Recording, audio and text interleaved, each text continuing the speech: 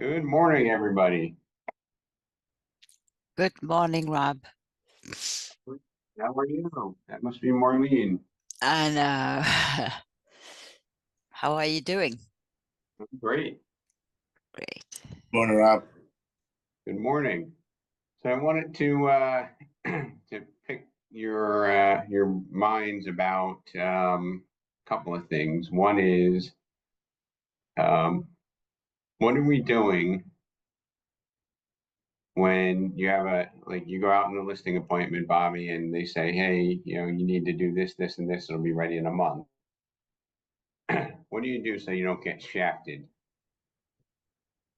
So when the owner says they're not going to be ready for a month, Well, I mean, let's say they need to do some work. You go out there and you say, hey, you need to declutter, do this, do that, and then we'll turn it live.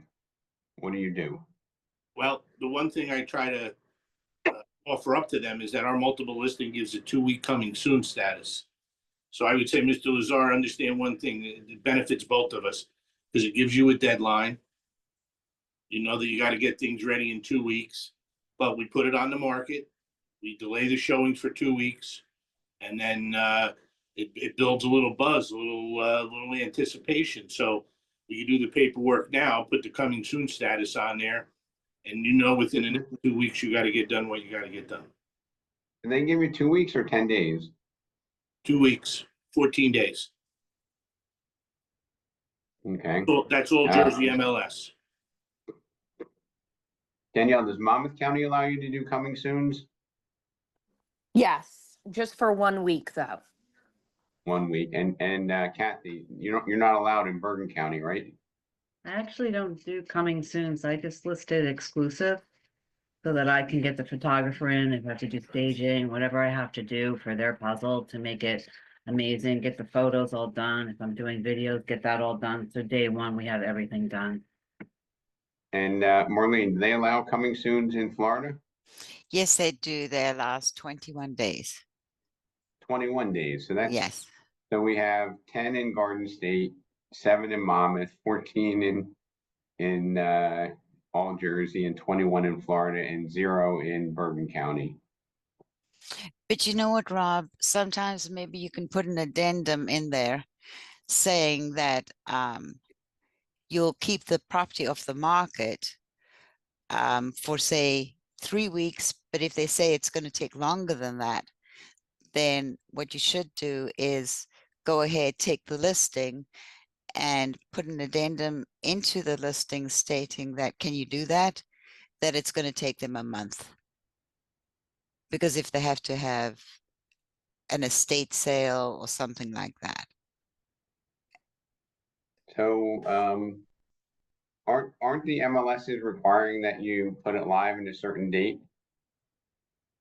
If you put it into coming soon, yeah. Well, no, but I mean, like Bobby, you couldn't take one and say that you're going to put it coming soon in 2 weeks, right? That would not. So what would happen is, and I've done this, the objective is to get the listing. So I get the listing, I put the 2-week coming soon status, and then the night before you get a phone call, it's Bobby, I'm not ready yet, and I know we're supposed to show the house tomorrow. I'd say, okay, just send me an email asking for an extension. This way I have a record of it, and then I'll extend the coming soon time frame. So it's a little bit of gamesmanship, but that's how I've handled that in the past. It's worked out fine. Are you allowed to extend the coming soon time?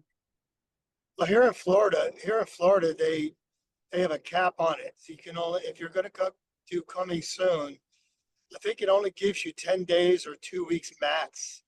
So if, like Bobby is saying, if they wanted to extend it more than that, then you would have to actually put it in temporarily off the market. Put it on the market, then put it temporarily off the market till they're ready. Because I don't think you can go beyond their 10-day or 14-day limit. And Coming soon. does it syndicate when it's a coming soon or no? Yes. Yeah, it does. But So I mean, if Bobby- it goes beyond Bobby- that, Right, so Bobby, if Sorry. you're getting it ready, right? And you put it on as a coming soon without the photography, aren't you like burning, like you're burning the initial buzz without like, people are gonna see it. And then they're gonna see that it went live, and they might not even look at it again. Well, that's up to me to keep track of, the phone calls I get. If realtors call me up, say, Bobby, where are the interior photos? I'll just say, the owner's decluttering, they're painting, they're renovating, whatever. We're not ready for the photos yet. I'll have an exterior shot because you need to get that in the system. But you're asking me, what do I do? I would rather do it this way than walk out of that door without a listing. So Right, and Bobby, I'm not being critical at all. I'm just trying to find solutions that might benefit us all. So, here's my thought on it, and your opinion is very much appreciated. Is that the coming soon gives you the opportunity to get some unaffiliated leads from people who aren't working with clients that call you up, correct? you get because it's in Zillow, people are on an automatic drip campaign, whatever. So you do get calls from customers. More importantly, it's a good gauge because when you're getting phone calls from co-brokes, then I know it's a hot listing. And I tell the homeowner that. I say, listen, here, it's been a week. We've been, coming soon for the last 5-7 days. I've gotten a lot of calls from co-brokes. That means we're off to a good start. And when you're ready, we should hit the ground running and anticipate, quite a few showings. So that's one conversation. The other conversation is, it's been 2 weeks. Don't panic. I didn't hear from anybody, but people know it's out there, and we'll be okay. Once this hits the market. So you have to set the expectation, and you have two conversations. Hey, I'm getting a lot of phone calls, or phones are a little bit quiet, but don't worry. Does anybody on the call that does coming soon like to have it ready with photography when you put it on coming soon, or do most of you just wait and make sure you have that when it goes live? No, I I like to load have- it. Yeah, I load it. I load it with pictures. I do the whole complete listing because it entices realtors to show it to their buyers. A lot of times, agents will call me and say, hey, listen, I know you're coming soon, but I got a really hot buyer. Is it okay if I can show it tomorrow? And actually, I did that a while ago, and it was a cash buyer, and they bought it right on sight on scene. So it didn't even have to hit the market. I mean, I think if I were in the street talking to sellers, I would say, look, the coming soon is an opportunity for us to build up demand for a great opening night. Right? It's like when, tickets go on sale for a concert, right? And it sells out in an hour, is because they promoted it ahead of time, right? So what we're doing is we're promoting it ahead of time so that we have a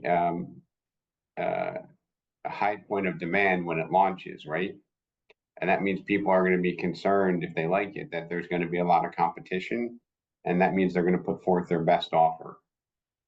That would be my discussion with the seller if I were in the street. Is anybody doing that, or do they yes. disagree? Yes, definitely. And especially in Florida, you're allowed to do it for 21 days in Florida. So 3 weeks, and you'll get a lot of activity because you're going to be marketing it. Right, but you're kind of keeping it off the, I mean, you're keeping it out of the market for it. It seems like a long period of time. But anyway, I think the coming. Just share a quick story. So, Yep. so I'm in a situation now where I had a homeowner that owns a property in South Amboy. They live out in Utah. So they were in town for a short amount of time. They want to list a townhouse, but it's a rental. So there's a tenant. So I had a limited amount of time to meet with the homeowner. I did all the paperwork. I post dated it. It's in the system today, 2 week coming soon, because the tenant needs time to move out, and it's all agreed upon. There's no animosity, but that's in that particular case, and I know that's unusual. That's where I utilized the 2 week coming soon to give the seller peace of mind that it's going to be handled properly, but also the tenant now knows that he has a deadline. I spoke to him on Monday. He's going to be out by tomorrow, and we're in good shape. But that's one of those weird situations where the 2 week coming soon got me the listing. So Bobby, could you do a 2 week coming soon and put it on 1 week in if you wanted to, or do you have to put it into the MLS within 24 hours? 24 hours of the date. You know, when the documents are dated, you got to put it in within 24 hours.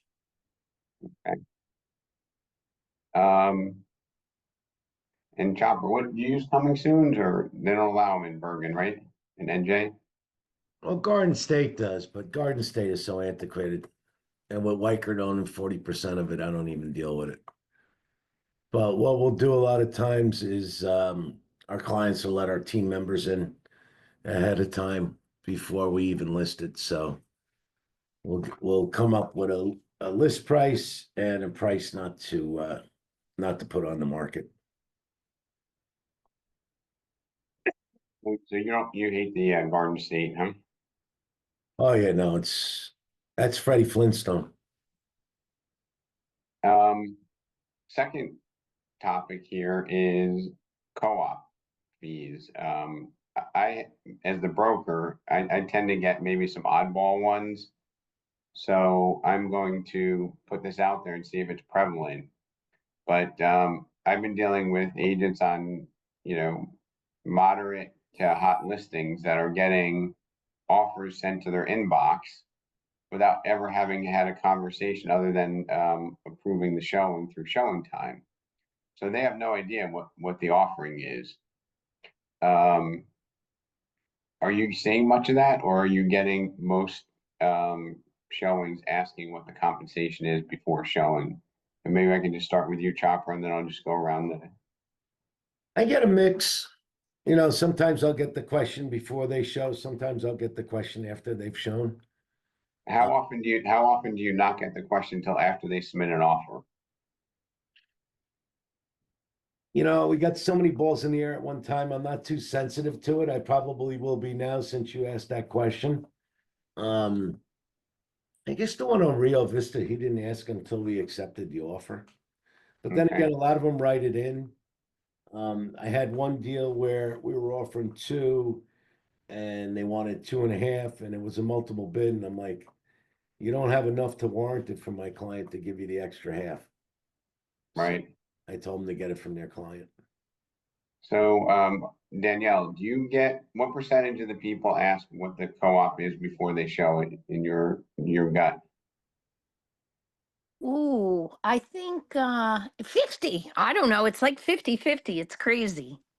Right, it is crazy, right? And then do you get offers submitted on your listings that never asked you what the compensation is?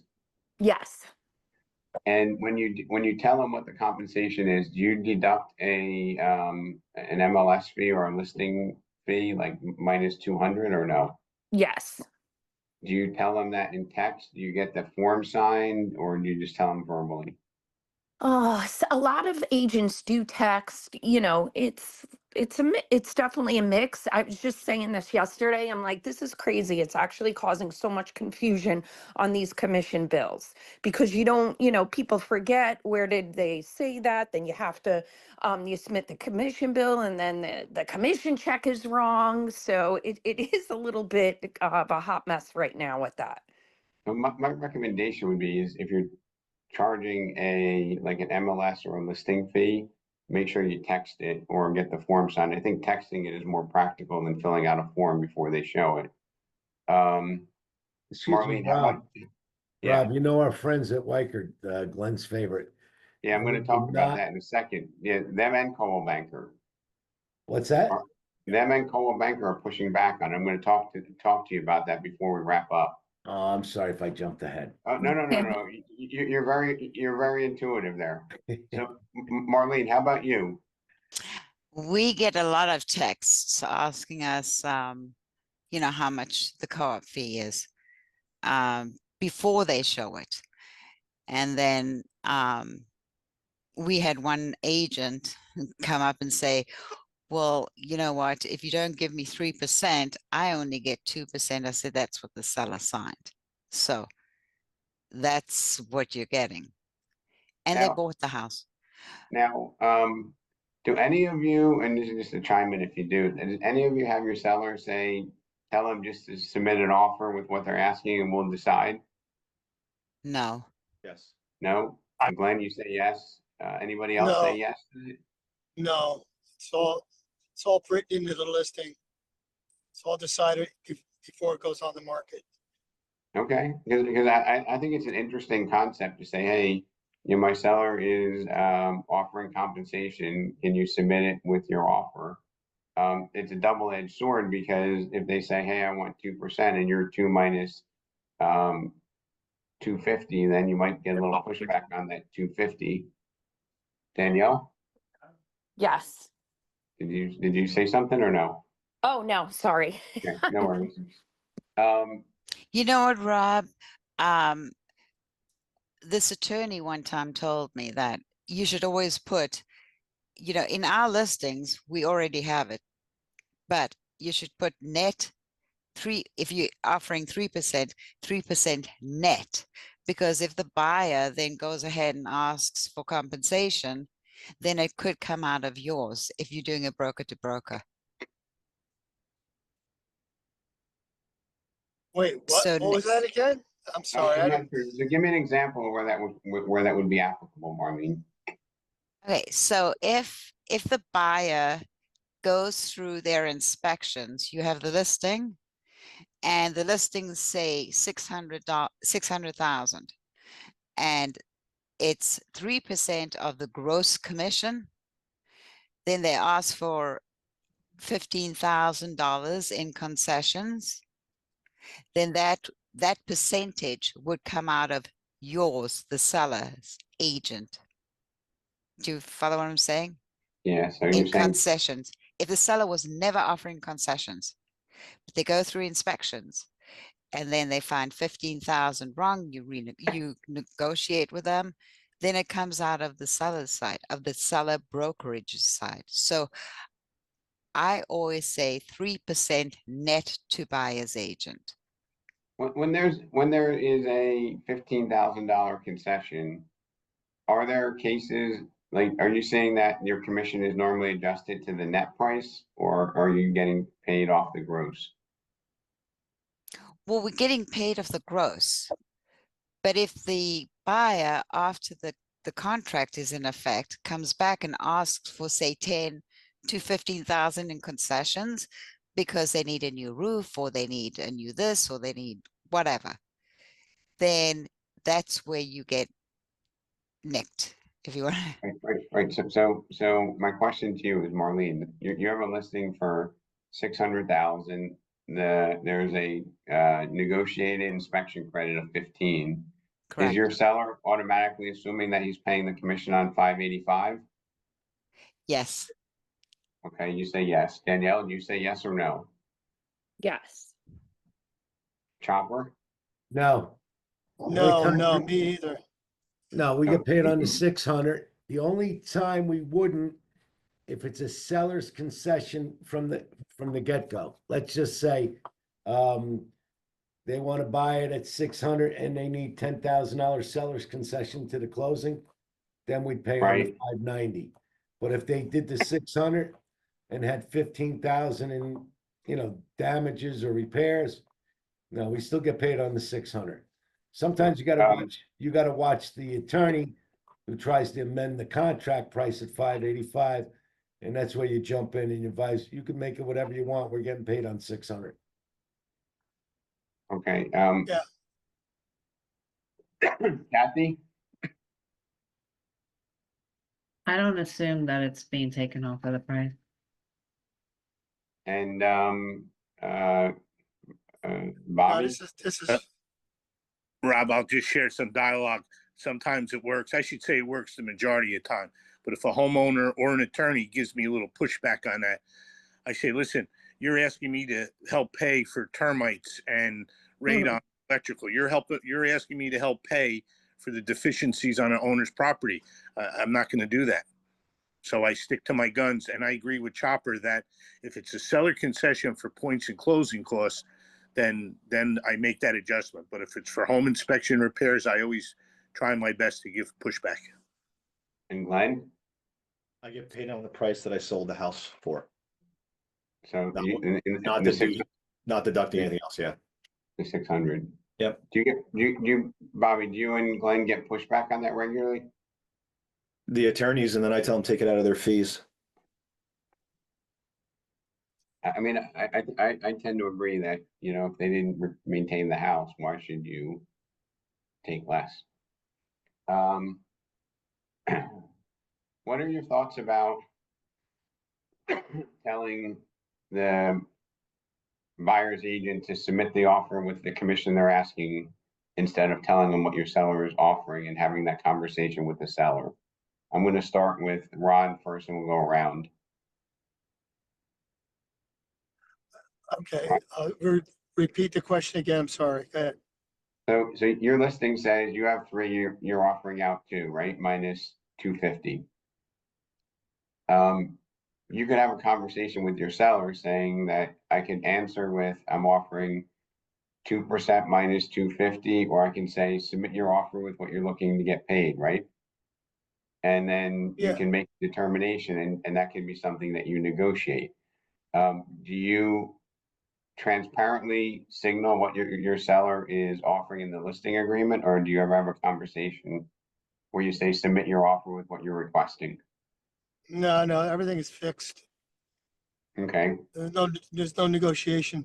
As far as like we were talking about the inspections, if we're offering 2.5 to the other broker to broker, and we have issues with the inspections, and the seller says, well, I'm not fixing it. So if they don't want it, I'm not gonna, I'm not selling it. If it comes down to that and it's a matter of maybe $5,000 or something like that, then we have a conversation with the title company, mortgage company, the other realtor. but do you Everybody- adjust the commission to the net price regularly or no? No, we go for the gross, but I mean, if we have to negotiate, if we have to negotiate a couple of $1,000s to keep the deal together, sometimes we do it. Okay, It's like Bobby says, I'm not here to fix your house. Right, so- These are your deficiencies. yeah, so I just want to get through this real quick. Danielle, do you always say, and Ron, you don't charge Ron and Marlene, you don't deduct, you don't put out like 2.5 or 2 minus 250, do you? You just put out 2.5%, correct? Yes. Yes, 2.5 or 3, whatever. Right, because in Florida, there's no listing fee for the property because it's all included in your MLS fee, your membership, correct? Yes. Great. Danielle, do you transparently signal it's 2.5 or 2 minus 250? Yes. Okay, and do you think there's ever a case where you would go to, your seller would want you to say, hey, ask them to submit the offer and what they're asking? Or no? I haven't had that because we have that conversation up front. So, this is what we're offering out. You're in control of that. If the agent, has an agreement and they want more, they will put that, then that's up to the buyer and the buyer to cover that difference. So I feel like we're in a better controlled position if we say this is what we're offering out instead of, agents just filling out paperwork of what they want. Has anybody gotten contracts submitted by an attorney without a commission? Yeah, I was just wondering about that. No, I never had, but I was wondering if the realtor's being paid by the buyer's agent is being paid by the buyer, and you're offering 2.5%. I guess we would have to pay them the 2.5% plus whatever he gets from his buyer. I would assume that. So we had a hot listing in Morris County where we had over 20 offers, and 2 of them were submitted by attorneys asking for no commission to make it more attractive.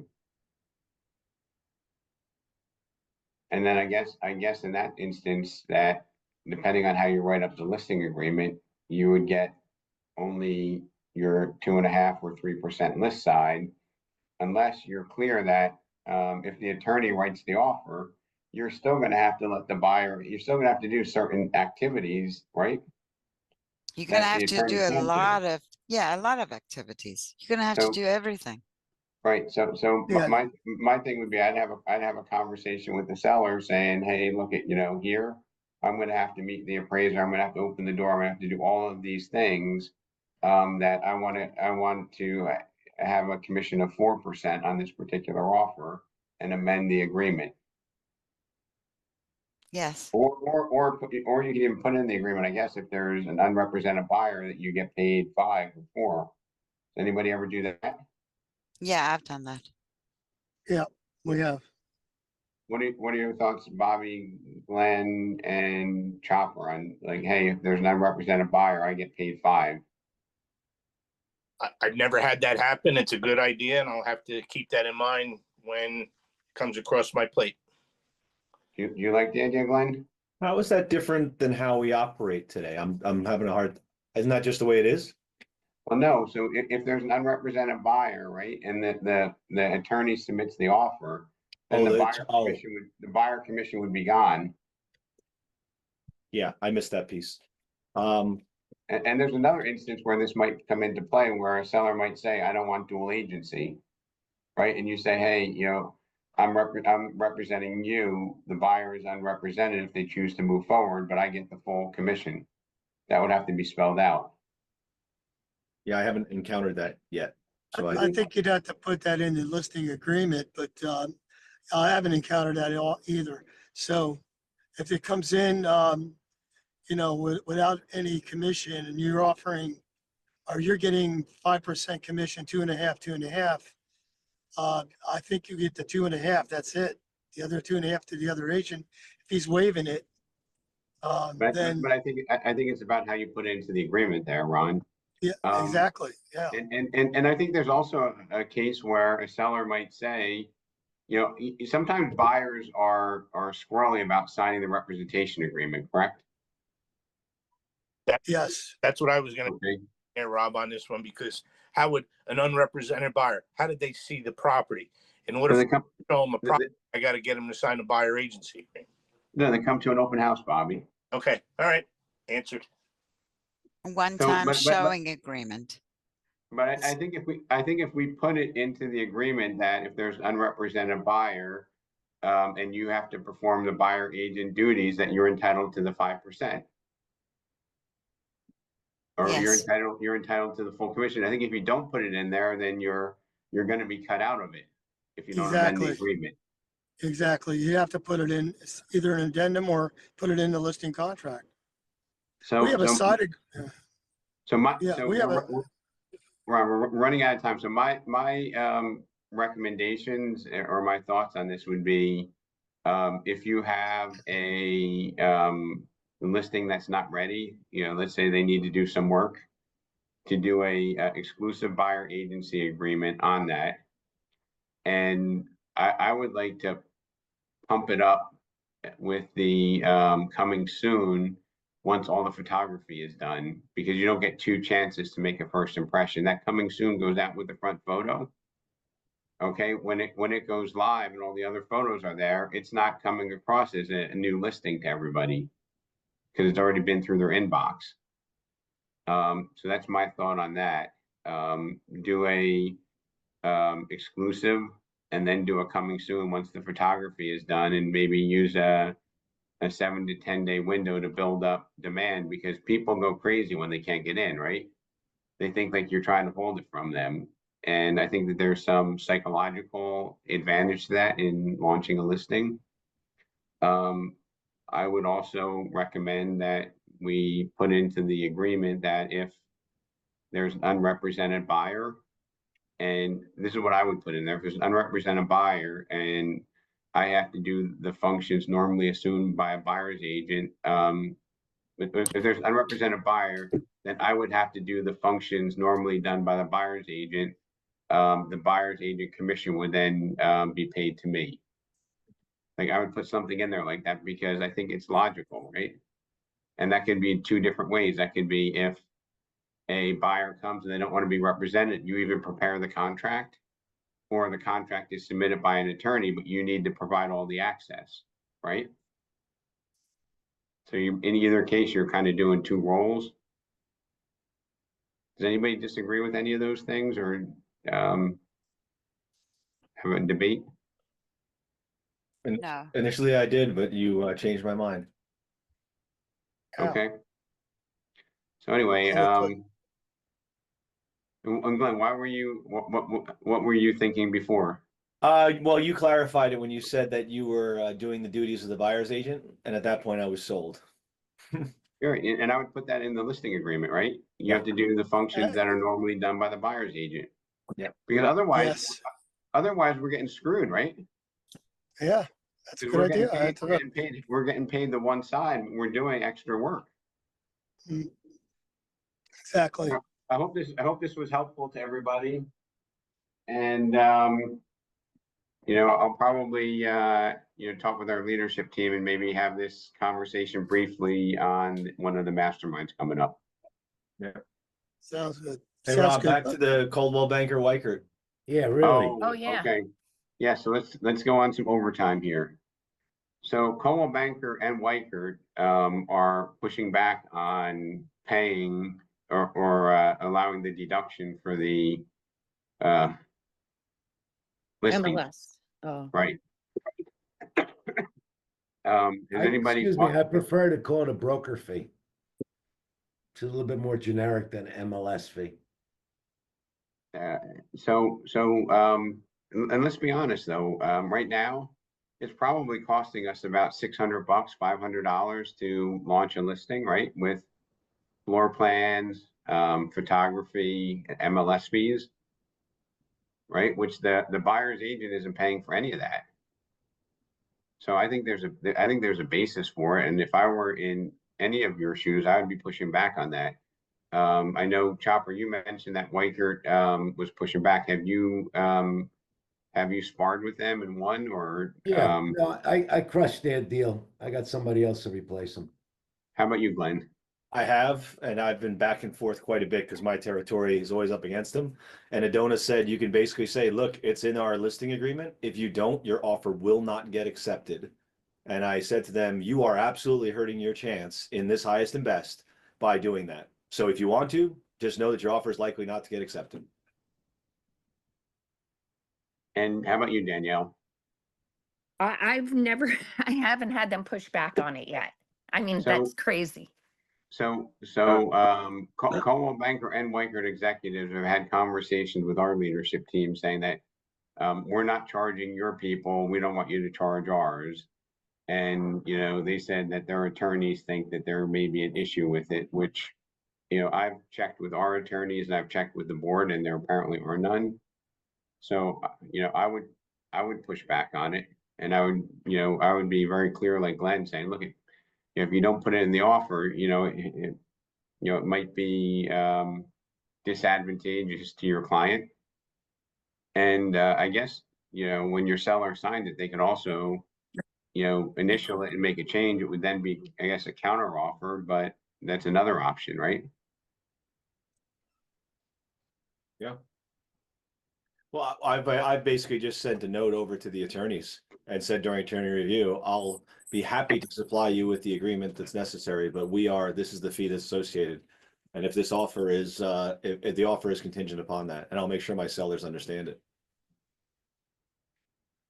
Yeah, I mean, I mean, there's nobody spending less than $400 to launch a listing, right? With MLS fees and photography. No, Yeah. Unless you're shooting it with your iPhone. exactly. But I mean, the Right. principle is more, Rob, like, who are you to tell me? Right? Like, that's kind of my attitude. Like, I've put it out there. I've made it clear what it is. You decide if you want to make your offer, but who are you to tell me that? And I almost take it offensively with them, and I'm not nice. Like, I'm generally super cordial. It literally turns a switch because I'm like, I've told you what we're putting out, right? And I don't ever prescribe to anybody. Like, I'm not one of those agents. These agents send 2-page instructions on how to submit an offer for highest and best. I'm like, way to crush all creativity, right? Way to have the other person on the other side not come with the best offer you can possibly get because you've prescribed everything the way you think the offer should be. I've got some pretty crazy offers from people. It's just like those two things drive me crazy from listing agents and when they're on the buy side. It kind of violates the whole principle of, you know, trying to work together with the other, like the cooperative spirit to get your offer accepted, right? It Like you does. want to build, you want to build rapport, but now these Weicker and Coldwell Banker people are just poking you in the eye and poking the bear, right? Yep. 100%. And you know, there's each Right. brokerage has their thing, Rob, right? Like Keller is the no letters, right? That for everybody, that every single listing has to say no letters allowed. But you know, and Keller also is no escalation clauses, right? I can statistically prove on the last 490 listings that we've had that escalation clauses do better for your seller every single time. Agreed. I have an analysis of it, right? But Agreed. people go with this premise of we've got to prescribe everything. And I think it's a miss. It's a complete miss because agents will be very creative if you let them be. So, for escalation clauses, a few agents that I've worked with have just said when they get an escalation clause, they just say, hey, you know, we're counter offering you at the high point of your escalation. We're not saying that we had an offer, but this is our counter. Yep. Because you have no duty to produce the other documents. Yes, I think this is really helpful, even if it's protecting your, if you're in New Jersey, it's protecting your MLS or your marketing fee. And if I was talking to my seller, and I'd say, look, you know, if the agent can't follow instructions on the offer, what other concerns might we have through this transaction, right? Yep. Hey, Rob, can you go back on that one point on the escalation? You don't, so I just had one. It was $999. They were willing to go to $1,050,000. Nobody came close to it. So I could have went back to him and say, my client will take the $1,050,000 and not prove to them that we got one for say like $1,040,000. But no, instead of saying we're exercising the escalation clause, you just say, hey, we're countering your offer at $1,050,000. And just say, due to privacy reasons, we're not disclosing any other offers. You can take it or leave it. Okay. What do you think of that, Danielle, Glenn, Bobby, Kathy? Any thoughts? Marlene? I don't love the feel of it, I'll say. It's not the vibe I want out there. But I can tell you that almost every time I've ever done it, the escalation clause always is the highest offer in the long run. You get to it. Yep. Agreed. Listen, I wouldn't want it done to me, Rob. That somebody's like, you know, take my word for it because there's too many people in this business. No, but I wouldn't take their word for it. Right, but Chopper, I'm not even saying take my word for it. I'm just saying that, you know, my seller has decided to counter offer your client with $1,050,000. You know, and we're not producing other documents. We're not even saying if we do or don't have it. We're just saying that's our counter. Hey, Rob, my opinion on this escalation clause, it all depends on what it says in the escalation clause, because the ones that I've seen, agents are saying basically, I'll pay $1,000 more.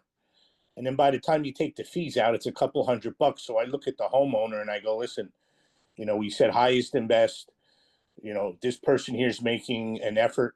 It's a good deal. It's a strong deal, good terms, you know, are you willing to risk that for somebody that's waving a flag for $1,000? And even if it's 2,500, you know, the homeowners realize that it's best to stick with a good deal, and sometimes that little bit of money is not worth the risk. Look, I mean, obviously we have a diversity of, and Bobby, I think you know, if somebody put that offer in, they own it, right? And you might be getting somebody who exercises the escalation clause and then decides to cancel, right? Because I think people do make offers where they put the escalation clause higher than they want to go, and then they cancel an attorney review. And that's exactly what happens. So there's a lot of gamesmanship here and negotiation skills here. So there's an art more than a science. But I think it's good to have the conversation, right? I mean, your peers here all have, you know, if we all have the experience of our peers here, we're that much better, I think. So my recommendation is, again, do the exclusive listing, make your launch instead of putting just the front cover photo up. That's my own opinion. I'm not saying I'm right or wrong. You know, Bobby, do you use like the Hang Time 27 or something that does a video or a virtual tour? Yes, Hang Time 27 is a company that we use all the time. So Hang Time 27 and Cinema Flight, you know, they optimize it for Zillow and they get a lot more views and saves, just FYI. I don't know any company in Florida, but I'll work on that. And then hold your guns on the commission deduction or the MLS marketing fee. All right, everybody, appreciate your time. Thanks. Good meeting, Rob. Thank you.